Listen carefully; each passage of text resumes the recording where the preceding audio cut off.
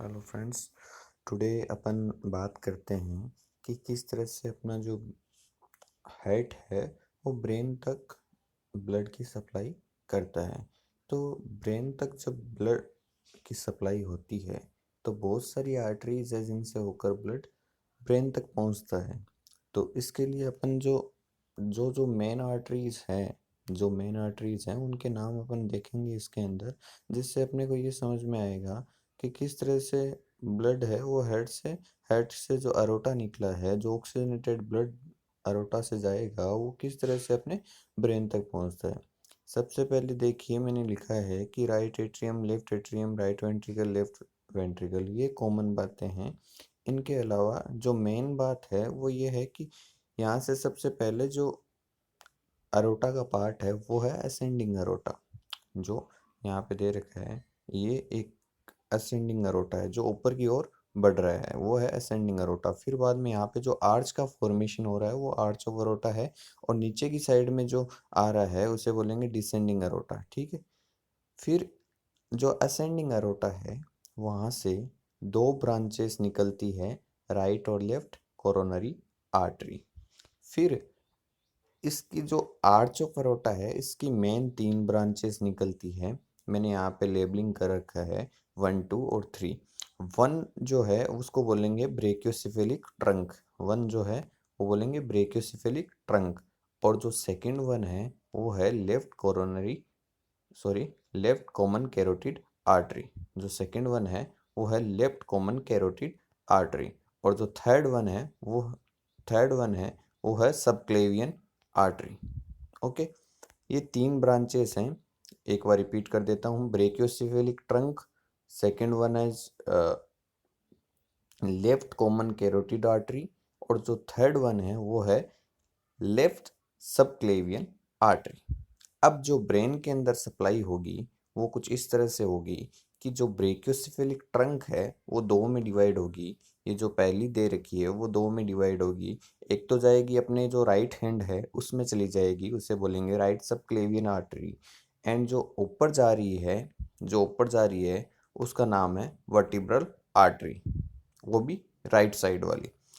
तो इसका मतलब लेफ्ट साइड वाली भी होगी। तो लेफ्ट साइड वाली है वो इधर से जो सबक्लेवियन आर्टरी थी, जो मैंने बताया कि थर्ड नंबर की जो सबक्लेवियन आर्टरी यहाँ से थर्ड ब्रांच थी, उससे जो निकलेगी उसे बोलेंगे अपन लेफ्ट वर्टिब्रल आर्टरी। देखिए इस साइड से भी सबक्लेवियन से ही निकली है और इस साइड से भी सबक्लेवियन से ही निकली है।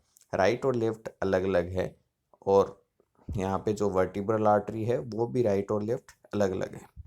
अब दोनों अब जो दोनों राइट और लेफ्ट वर्टिब्रल आर्टरी है वो आगे जाके मिक्स होके बेसिलर आर्टरी का फॉर्मेशन करती है। आगे जो सर्कल ऑफ विलस, जो हेक्सागोनल शेप का आर्टरीज के कॉम्बिनेशन से, या फिर आर्टरीज जब एसोसिएट होती है साथ में, उसके बाद में ये हेक्सागोनल शेप का आर्टरीज जो हेक्सागोनल शेप में जो आर्टरीज बनी हुई है इन्हें अपन सर्कल ऑफ विलस कहते हैं। बेसिलर आर्टरी अपने को पता लग गया है, पर इससे पहले जो मेन ज़रूरी बात है वो ये है कि जो इधर की साइड में तो जो राइट कॉमन कैरोटिड आर्टरी और इस साइड में जो लेफ्ट कॉमन कैरोटिड आर्टरी है, ये आगे जाके एक्सटर्नल कैरोटिड आर्टरी और इंटरनल कैरोटिड आर्टरी में बदल जाती है। यहाँ पे भी ये दोनों दो आर्टरीज का फॉर्मेशन करती है, वो है इंटरनल और एक्सटर्नल कैरोटिड आर्टरी।